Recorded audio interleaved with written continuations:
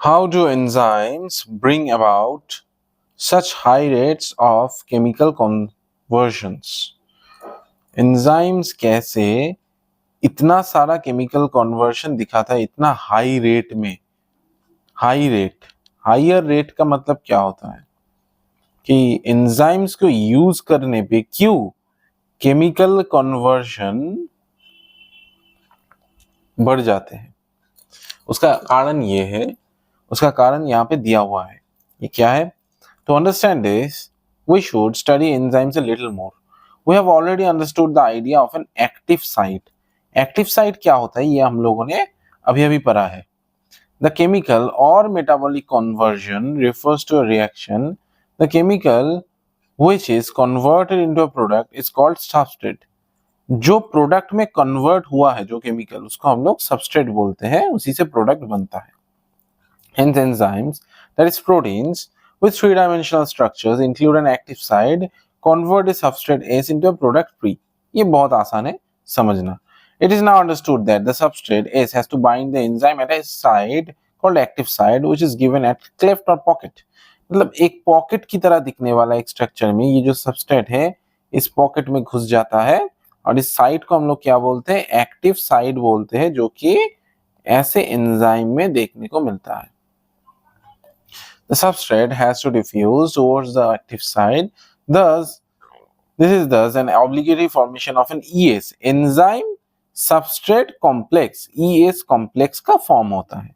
E stands for enzyme and this complex formation is a transient phenomenon. मतलब बीच का एक phenomenon, बीच का एक structure होता है, बीच का एक structure कि ये structure फिक्स नहीं है, थोड़ी देर बाद खुल जाएगा। ठीक है? This complex formation is a transient phenomenon during the state where substrate is bound to the enzyme active site. New structure of the substrate called transition site structure is formed. ये transition state का structure है, मतलब बीच का structure. Transition, किसी भी एक video को अगर कट करोगे और दोनों क्लिप्स में बांटोगे तो इसके बीच में एक ट्रांजिशन आता है, तो तुम्हें दोनों चीजों के अंदर का एक स्ट्रक्चर, उसको हम लोग ट्रांजिशन बोलते हैं। Very soon after the expected bond breaking making is completed, मतलब बॉन्ड को ब्रेक किया, फिर बॉन्ड को बनाया, फिर इसे ब्रेक किया, सबस्ट्रेट को प्रोडक्ट बनाया, सबस्ट्रेट के अंदर कुछ केमिकल लोचा किया। ठीक है? The product is released from the active site. In other words, क्या बोल रहे? In other words, the structure of substrate gets transformed into the structure of products. The pathways of this transformation must go through the so-called transition state structure. मतलब transition state जो बीच का जो state है उसके अंदर ये बनना जरूरी है, transition state। अब ये transition state कितना जल्दी बनेगा, कितना कम एनर्जी के वेस्ट में बनेगा, कितना जल्दी बनेगा, तो उसी वही एंजाइम का काम है। ये देखो एक्टिवेशन एनर्जी, अगर एक्टिवेशन एनर्जी का मतलब क्या है? जितना एनर्जी का रिक्वायरमेंट है उस रिएक्शन को करवाने के लिए, उसको हम लोग एक्टिवेशन एनर्जी बोलते हैं। एंजाइम दोगे तो वो एनर्जी घट जाएगा, ट्रांजिशन स्टेट जल्दी फॉर्म होगा और प्रोडक्ट भी जल्दी फॉर्म होगा। एंजाइम नहीं दोगे, ट्रांजिशन स्टेट के लिए एनर्जी ज्यादा लगेगा, एंजाइम देरी पे फॉर्म होगा, मतलब लेट फॉर्म होगा। There could be many more altered structural states between the stable substrate and the product. Implied in this statement is that fact that all other intermediate structural states are unstable. मतलब ये जो बीच का जो कोई भी transition state होगा, अगर enzyme के अलावा वहां पे कुछ प्रेजेंट होगा, intermediate structural states are unstable होते हैं। Stability is something related to energy status of the molecule of the structure. Hence, when we look at the pictorially through a graph, it looks like something as in figure 9.4. ठीक है? तो यहाँ पे दिखता है। चलो, the y-axis represents the potential energy content. The x-axis represents the progression of the structural formation or states through the transition state.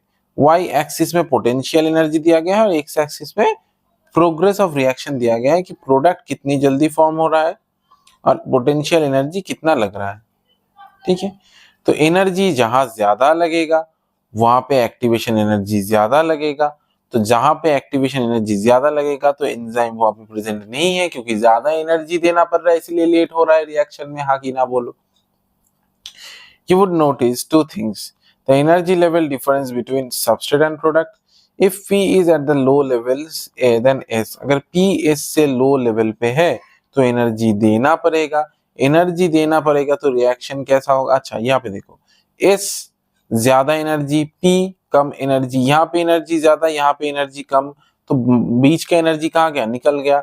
तो ये एक एक्सोथर्मिक रिएक्शन है, क्योंकि यहाँ से यहाँ हो गया एनर्जी, तो थर्मल एनर्जी के फॉर्म में एनर्जी निकल रहा है, क्योंकि ये एनर्जी तो निकल गया। अगर सबस्ट्रेट कम पे है, प्रोडक्ट ज्यादा पे है, एनर्जी देना पड़ रहा है तो एंडोथर्मिक है। क्यों? क्योंकि सबस्ट्रेट का एनर्जी कम है, प्रोडक्ट का एनर्जी ज्यादा है, तो एनर्जी बाहर से देना पड़ेगा थर्मल फॉर्म में, तो एंडोथर्मिक, अंदर एनर्जी देना पड़ रहा है। और अगर एनर्जी निकल रहा है तो exothermic. One need not to supply energy in order to form a product. However, whether it's an exothermic or spontaneous reaction or an endothermic or energy requiring reaction, the S has to go through a much higher energy state or transition state. The difference in average energy content of S from that transition state is called activation energy. मतलब कितना energy देना पड़ रहा है, ठीक है।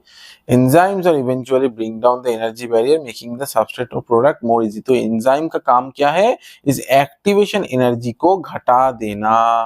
ठीक है, समझ में आ गया? अभी देख लो, मैं ये भी पढ़ा देता हूँ, चलो। Nature of enzyme action: each enzyme E has a substrate as binding site in its molecule so that a high reactive enzyme substrate complex is formed. enzyme और substrate मिला, enzyme substrate complex form हुआ, bond में लोचा हुआ, substrate से product बना, enzyme product formation हुआ, फिर enzyme और product अलग हो गए। तो ये जो complexes है ये क्या है? short lived होते हैं। The catalytic cycle of an enzyme action can be described in the following step. First, the substrate binds to the active site of the enzyme, fitting into the active site.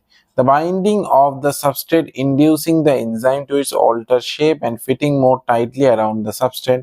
मतलब enzyme और जो substrate है वो दोनों bind कर जाता है, फिर substrate का जो shape है उसको alter करके अलग बना देगा, बना के product form कर देगा। ठीक है। अब एंजाइम सबस्ट्रेट कॉम्प्लेक्स में सबस्टेंट पहले क्या होता है? टाइटली बाउंड हो जाएगा। पहले का स्टेप ये है। The active side of the enzyme now in close proximity of the substrate breaks the chemical bond of the substrate and the new enzyme product formation is formed. मतलब ये enzyme और product का complex बन गया। पहले enzyme substrate ऐसा था, bond में लोचा हुआ, एक्टिव साइड बदल गया, प्रोडक्ट फॉर्म हो गया, एंजाइम भी ऐसा हो गया। ठीक है। The enzyme releases the products of the reaction and the free enzyme is ready to bind to another molecule of the substrate and run through the catalytic cycle again. मतलब enzyme substrate का complex form हुआ, substrate दिखने में अलग हुआ, active site अलग हुआ, enzyme से product निकल गया, फिर enzyme जाके और एक substrate को पकड़ लिया। ठीक है, ये था। अच्छा चलो ये भी पढ़ा देता हूँ। टेम्परेचर एंड पीएच, कौन कौन सा फैक्टर्स है जो एंजाइम को अफेक्ट करता है? Temperature and pH. जनरली जो हम लोगों का जो मतलब बॉडी के अंदर का एंजाइम होता है वो टेम्परेचर और पीएच से ज्यादा इफेक्ट होता है। टेम्परेचर और पीएच से कैसा एंजाइम इफेक्ट होगा? पीएच एक प्रॉक्सिमल, एक ऑप्टिमल पीएच में एंजाइम का एक्टिविटी सबसे ज्यादा होता है। फिर जब टेम्परेचर बढ़ाओगे एंजाइम सबस्ट्रेट का कॉम्प्लेक्स टूटने लगेगा, एंजाइम टूटने लगेगा, और लो टेम्परेचर में भी एंजाइम काम नहीं करेगा, एक ऑप्टिमल टेम्परेचर में काम रहेगा। और पीएच में भी ऐसा ही है, ये देखो पीएच में जैसा ही है, टेम्परेचर में भी ऐसा है। पीएच का मतलब क्या है? Potential of hydrogen. जो ज्यादा एसिडिक एनवायरनमेंट में काम नहीं करेगा, ज्यादा बेसिक में भी काम नहीं करेगा, मीडियम एक एनवायरनमेंट दोगे तो एंजाइम काम करेगा। ठीक है, ऑप्टिमम। और इसको याद रखना बहुत ज्यादा जरूरी है, ये दोनों ही नीट में आते हैं, नीट का क्वेश्चन है, मार्क कर लो। ठीक है, चलो। With the increase in substrate concentration, the velocity of the enzymatic reaction increases. First increase करेगा, फिर एक ऐसा मतलब इसको क्या बोलते हैं? सैचुरेशन कर्व आएगा। जितना भी तुम एंजाइम का मात्रा बढ़ा लो, अभी देखो एंजाइम और प्रोडक्ट, ये है सबस्ट्रेट, ये है वेलोसिटी ऑफ रिएक्शन। एक टाइम पे सबस्ट्रेट इंक्रीज करोगे तो एंजाइम बहुत सारा फ्री है, यहाँ पे फ्री एंजाइम पड़ा हुआ है। तो सबस्ट्रेट बढ़ाओगे तो एंजाइम में वो सबस्ट्रेट घुस जाएगा, तो धीरे धीरे क्या होगा, इंक्रीज होगा। लेकिन एक टाइम के बाद तो एंजाइम भी सैचुरेट हो गया, तुम सबस्ट्रेट जितना भी बढ़ा लो एंजाइम रहा ही नहीं। यहाँ पे एंजाइम था इतना, रुक जाओ, एंजाइम था इतना, ठीक है। सबस्ट्रेट तुमने एक दिया था पहले तो एकदम कम था, अभी सबस्ट्रेट का कॉन्सेंट्रेशन तुम लोगों ने बढ़ा दिया और पूरा सैचुरेशन पे आ गया। अभी जितना भी सबस्ट्रेट बढ़ाओ एंजाइम तो रहा ही नहीं, तो रिएक्शन कैसे होगा, ठीक है। समझ में आ गया। तो यही बोल रहे हैं कि वेलोसिटी और फर्दर नहीं बढ़ेगा। तो ये जो के एम है ये क्या होता है, ये के एम होता है मैक्सिमम अमाउंट ऑफ एक सैचुरेशन कर्व पे एक आता है, ठीक है। तो उसको हम लोग के एम बोलते हैं, जहां पे कि सबस्ट्रेट का कॉन्सेंट्रेशन मतलब एक टाइम का कॉन्सेंट्रेशन में ही Vmax/2 का ग्राफ देखने को मिलेगा। मतलब जितना मैक्सिमम वेलोसिटी हो सकता था रिएक्शन का, तुमने ज्यादा सबस्ट्रेट दिया, एंजाइम भी था, रिएक्शन हो गया, रिएक्शन का वेलोसिटी बढ़ गया, मतलब रिएक्शन जल्दी जल्दी हो रहा है भाई, ठीक है। तो उस जल्दी जल्दी स्पीड का हाफ स्पीड, जितना कॉन्सेंट्रेशन में सबस्ट्रेट तुम लोगों ने दिया, उसको हम लोग Vmax/2 से कैलकुलेट करते हैं। ये सब कुछ इंपॉर्टेंट नहीं है, ये ग्राफ इंपॉर्टेंट है, इसको याद कर लेना, यही आएगा। और कॉम्पिटिटिव इनहिबिटर क्या होता है, एंजाइम का सबस्ट्रेट की तरह दिखने वाला कुछ सबस्ट्रेट अगर एंजाइम के एक्टिव साइट पे जाके चिपक जाए तो एंजाइम बेचारा क्या करे, प्रोडक्ट तो फॉर्म होगा ही नहीं, सबस्ट्रेट बेचारा यहाँ पे रह जाएगा और रिएक्शन का रेट कर देगा स्लो। और इसका एग्जाम्पल नीट का सबसे फेवरेट एग्जाम्पल है, वो है ये inhibition of succinate dehydrogenase by malonate which closely resemble to the substrate succinate in structure।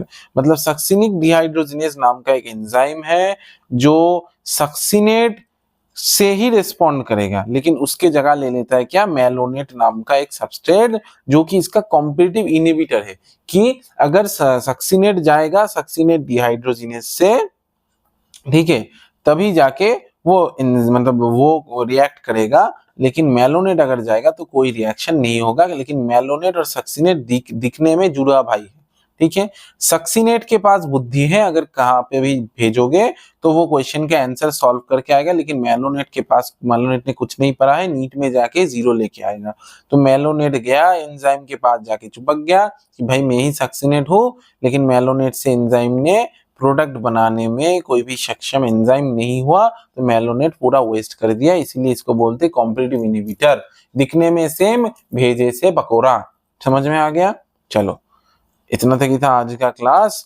अगले वाले क्लास में हम लोग classification and nomenclature of enzyme को पढ़ेंगे और पूरा चैप्टर को कर देंगे धुआं धुआं। I am sugar sir here, signing off, good bye.